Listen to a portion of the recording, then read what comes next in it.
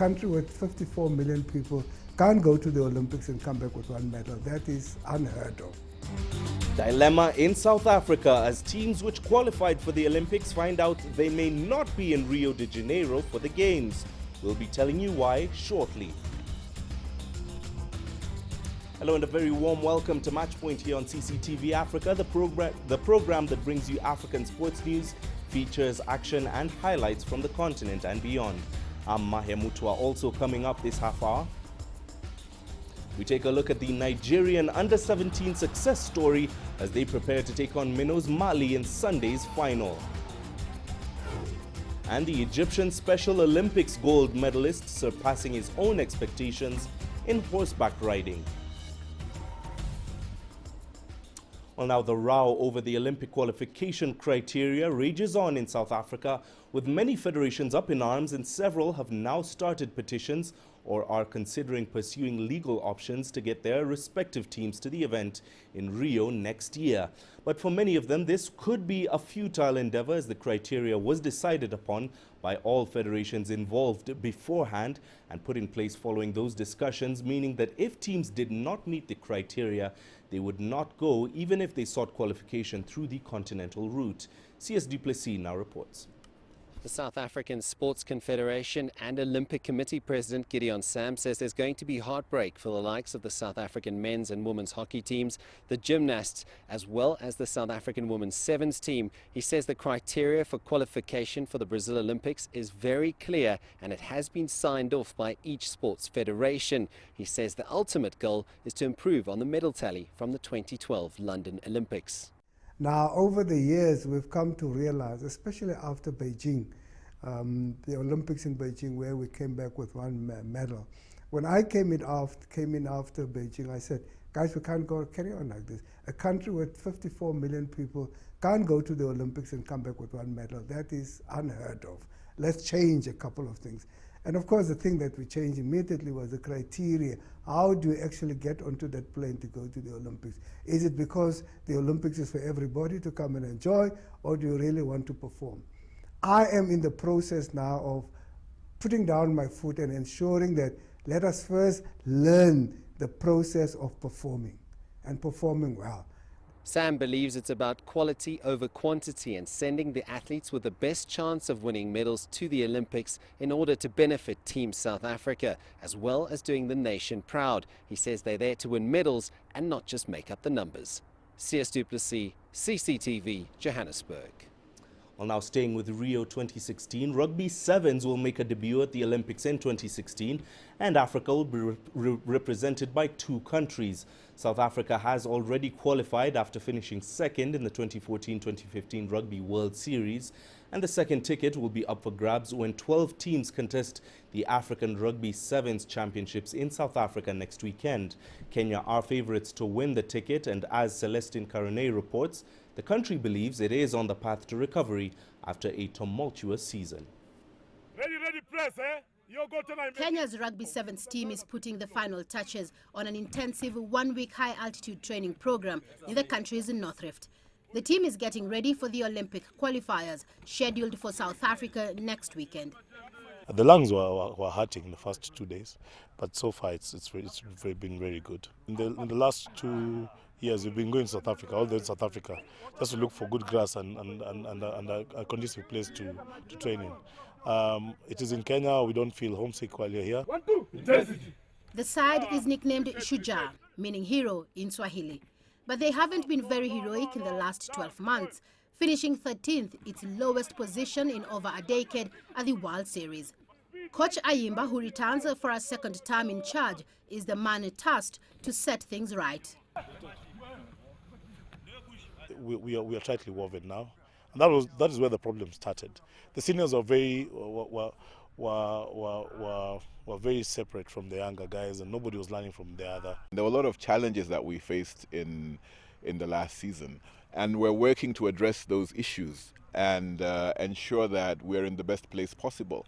One of the challenges that the union faced was a fractured relationship with some senior players and past management in the national seven-side setup. What we've done in the last next 3-4 months is make sure we have communication with the players. I met them 3-4 times and tell them this is where we stand, this is where we're going, this is what's available, this is what's not.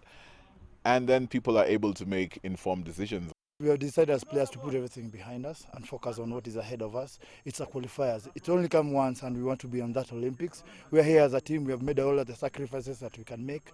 We're training very hard and we're waiting for that result. After the Olympic qualifiers, then we can know what's ahead of us. 19 players are currently in training, with only 12 set to travel to Johannesburg. Winger Willie Mbaka is looking to reclaim his place in the team. The 25-year-old is back home after being away for 2 years, playing in France and South Africa. I can say I've learned a lot skill-wise and understanding the game more. But it's more 15s and 7s and 15s different. But I can say I understand more of the game. Zimbabwe and Tunisia have been identified as the teams likely to give Kenya their biggest challenge in the competition, where 12 teams will be vying for the sole automatic ticket to Rio. Kenya has been a beacon of rugby sevens in Africa and a rising star on the international sevens circuit. But a dip in form these past 2 seasons and problems at the Kenya Rugby Union has left this position under threat. Now these players are looking to restore some pride by qualifying for the Olympics. Celestine Karone, CCTV in Nandi Hills, Kenya. Meanwhile, Zimbabwe's sevens rugby team, which has been touted as Kenya's biggest challenger, is also stepping up preparations for the competition. The Cheetahs will hold a training camp at the High Performance Center in Pretoria from Sunday. Zimbabwe coach Danny Hondo has named his final squad for the crucial qualifiers, where an historic berth for rugby's debut at the Olympics is up for grabs. He has used 2 recent sevens tournaments, the Safari Sevens in Kenya and Safland Sevens in Namibia, to get his charges limbered up and to settle on the final 16, which includes at least 7 foreign-based stars. I think our skill level has been way better and we've been improving. Yeah, probably one, I'll say, weakness will probably be our physicality. And I think, players that have brought in will add that physicality. So I think if we cover that physicality and our skill level, I think we'll be good. We'll be good to go. As usual at most international tournaments, Zimbabwe's biggest challenge is expected from Kenya. The East Africans are the only core team in the competition. We'll go there wary of them, but I think we just got to go game by game, get through our pool stages, then we'll work through to the final. 11 other countries are participating in the qualifiers. The winners automatically book a spot in Rio, while the second-place team will go into an international playoff. Zimbabwe is already in celebratory mood after the mighty Warriors, the women's national soccer team, qualified for the Olympics last month. Is that putting added pressure on yourselves to be able to make it there as well? We are hoping that we'll be the second team that's going there. So I don't think it's pressure. It just actually motivates us that, one team's made it, why can't we? It might well be the inspiration this team needs. As the date with destiny draws closer, Zimbabwe Sevens rugby team is hoping to convert this practice, and more practice into perfection on the pitch. Farai Mwakutuya, CCTV, Harare, Zimbabwe. Right, let's take a quick break here on Matchpoint, but there's plenty more still to come, including we'll be taking a look into the Nigerian under-17 success story as they prepare to take on Minnows Mali in Sunday's World Cup final.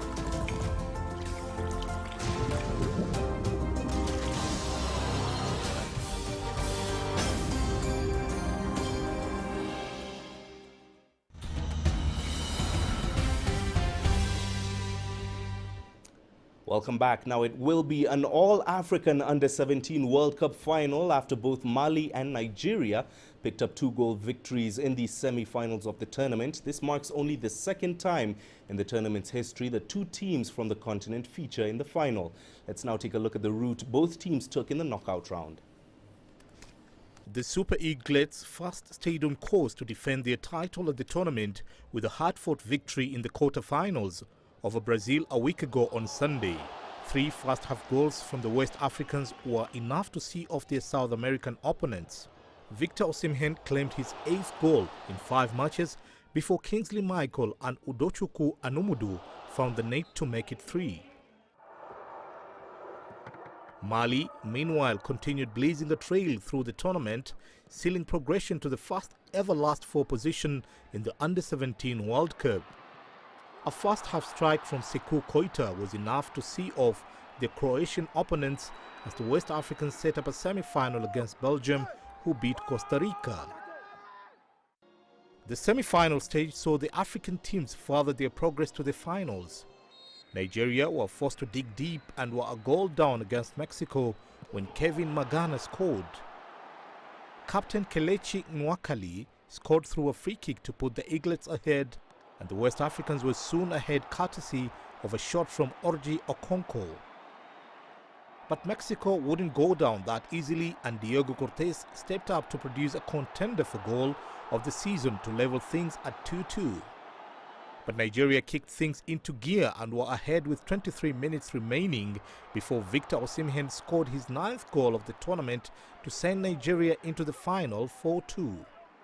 Mali too were on the back foot in their tie against Belgium. Dan Terrigo scored his 2nd goal in 2 games to put the Europeans ahead on 16 minutes. But Mali was soon level. Ali Male crossed for Boubacar Traore, who made it 1-1 after 22 minutes. Mali then went ahead in the second half thanks to a goalkeeping error. And the Malians sealed their victory and progressed through Sekou Koita for a 3-1 win to join Nigeria in Sunday finals. Wazir Hamsin, CCTV. Right now, joining us for more on tomorrow's Under-17 World Cup final between Nigeria and Mali, here is CCTV's Deji Badmus, who joins us live from Lagos, Nigeria. Deji, on paper, it looks like Nigeria are favourites to claim their 5th title. Can they get past Mali in tomorrow's final?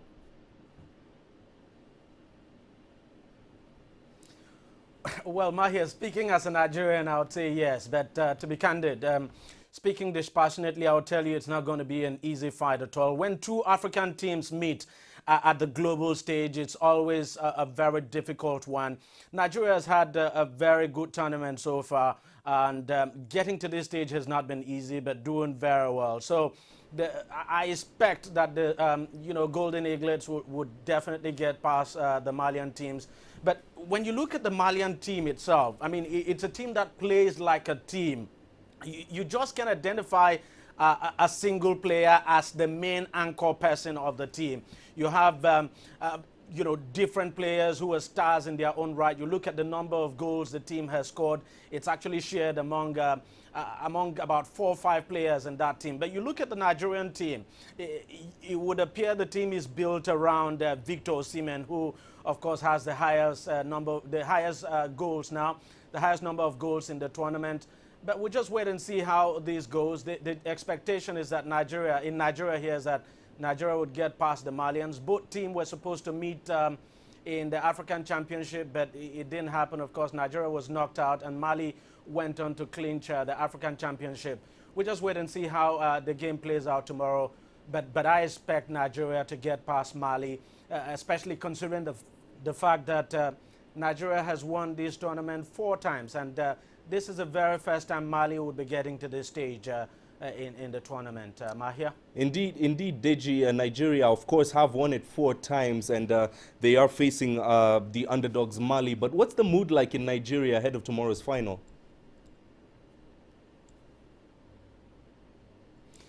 Well, the expectation here is that of optimism and, of course, expectation that Nigeria is going to win is going to beat Mali. By how many goals, we do not know. But, you know, we've had commendations from the presidency, from the parliament, and from the NFF. Everyone encouraging the guys to go out there tomorrow and lift the trophy. So there's this general expectation here. Before now, you know, people didn't actually give much attention to the tournament. But when the boys advanced to the quarterfinals and then the semifinals, and now you have the finals, people started picking interest. And now there's expectation here that Nigeria would lift the trophy for the 5th time. But then, you know, you never can tell. Mali could just pull a surprise. It's an African team, and so anything can actually happen. That's football for you, Mahia. Well, indeed, everyone is paying attention now. Deji, talking about African teams, they do seem to dominate tournaments like this at the Under-17 World Cup level. But why is it that they can't seem to replicate this at senior level?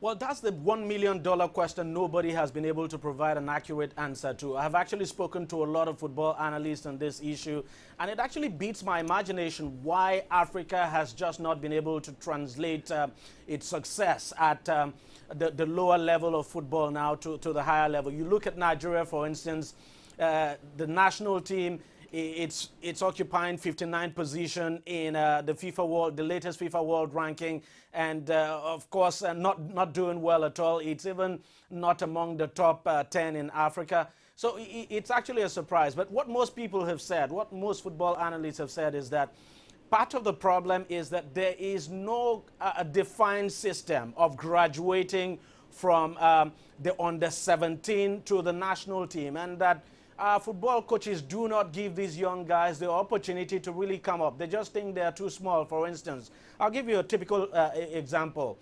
Kelechi Iheanacho, who plays for Manchester City. It took a lot of pressure for Sunday Olise to invite him. Now he's in the team that will be playing Swaziland in our next match. It took a lot of pressure, even though that guy has started playing for the first team. So most times we just consider these guys to be too small, and the coaches at the senior national team just don't invite them. Other than that, another reason is that most times these boys just simply fade away after playing in the junior levels. They just don't do well. So we do not have that progression.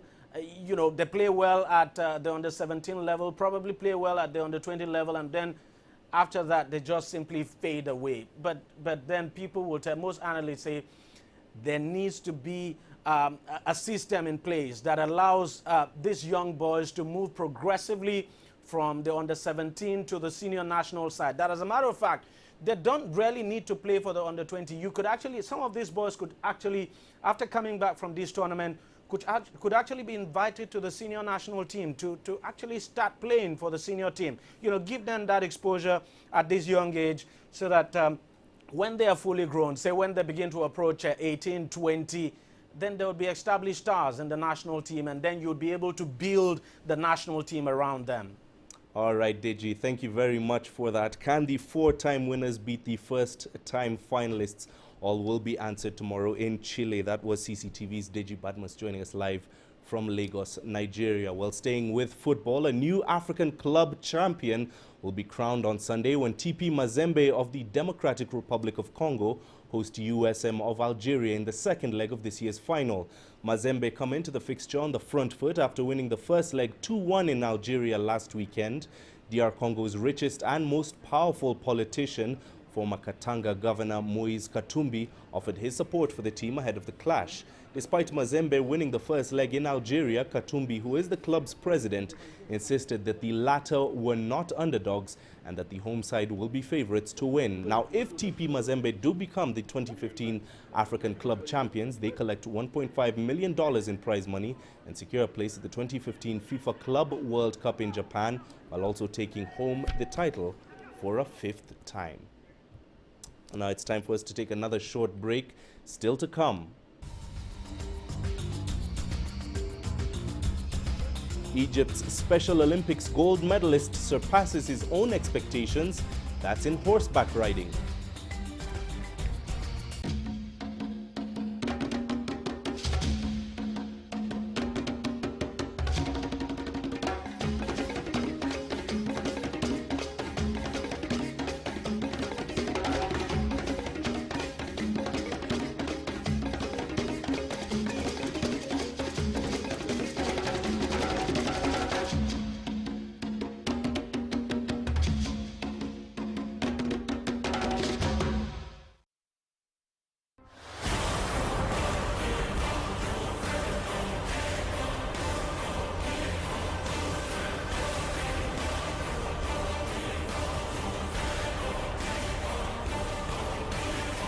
Usain Bolt's in town. We've got a rugby version.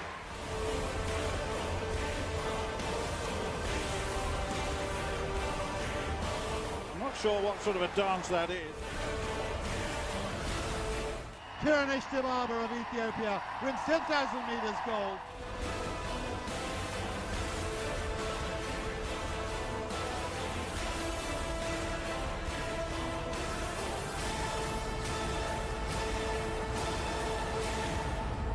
Lewis, well done. You're an absolute legend.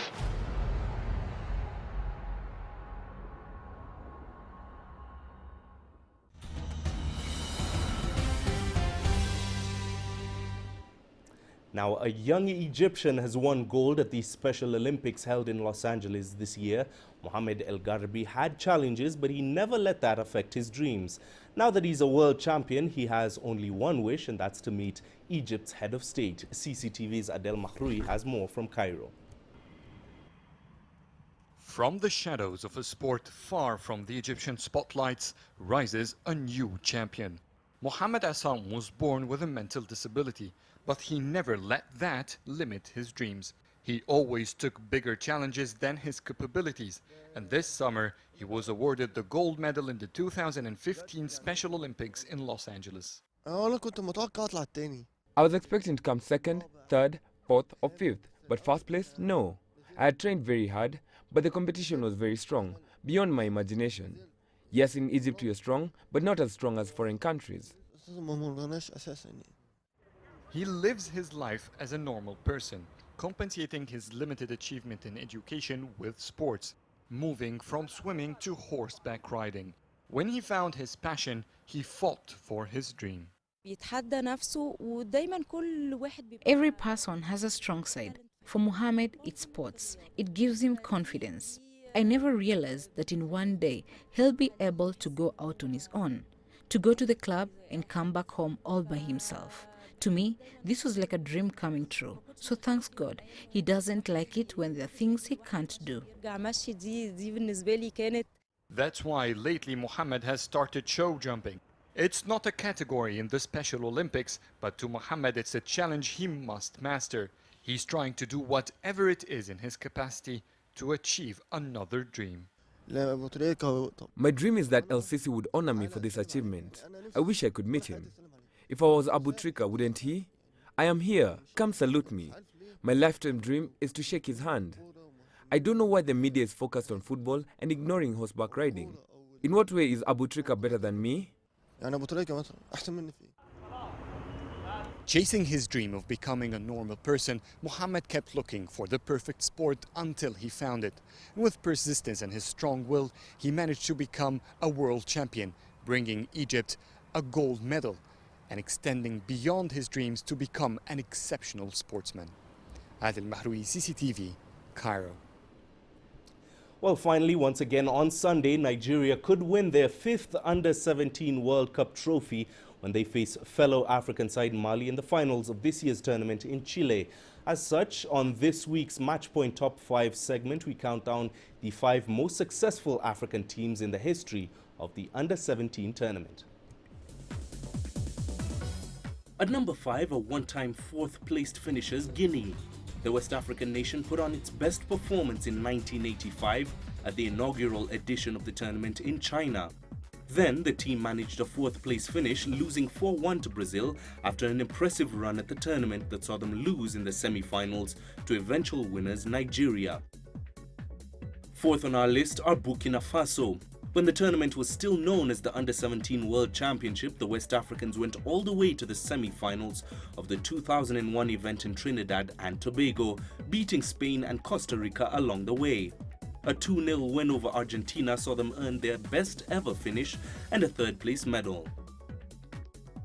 3rd are fellow West Africans Côte d'Ivoire. The 1987 third-placed finishers are level on accomplishments with Burkina Faso, but feature one higher on our list by virtue of having made 3 other appearances at the World Cup. Besides 1987, where they beat Italy after extra time to finish 3rd, the Ivorians also featured in 2005, 2011 and 2013, where they reached the quarter-finals. Ghana have 5 under-17 medals to their name and one of only 2 African teams to have won the tournament. Champions in 1991 and 1995, the Black Starlets also finished as runners-up in 1993 and 1997. On top of that, a 3rd place finish in New Zealand in 1999 and 4th place in Korea 2007 means they and Brazil are the only teams to have finished in all top 4 positions on offer. And finally, the most accomplished African team in under-17 World Cup history, Nigeria. The Golden Eaglets won the inaugural edition in China when it was still officially known as the FIFA Under-16 World Championship, and repeated their feat just 8 years later at the 1993 edition in Japan. Further wins in 2007 and 2013, coupled with 3 runners-up medals in 1987, 2001 and 2009, make Nigeria not just Africa's most decorated team in under-17 World Cup history, but also globally. Well, that rounds up this week's edition of Matchpoint. Remember, as always, we'd love to hear from you. You can send your feedback to matchpoint@cctv.com or visit our Facebook page, which is CCTV Africa. Stay in touch with us on Twitter. The handle is @CCTV News Africa. Thanks for watching. I'm Maher Mutua.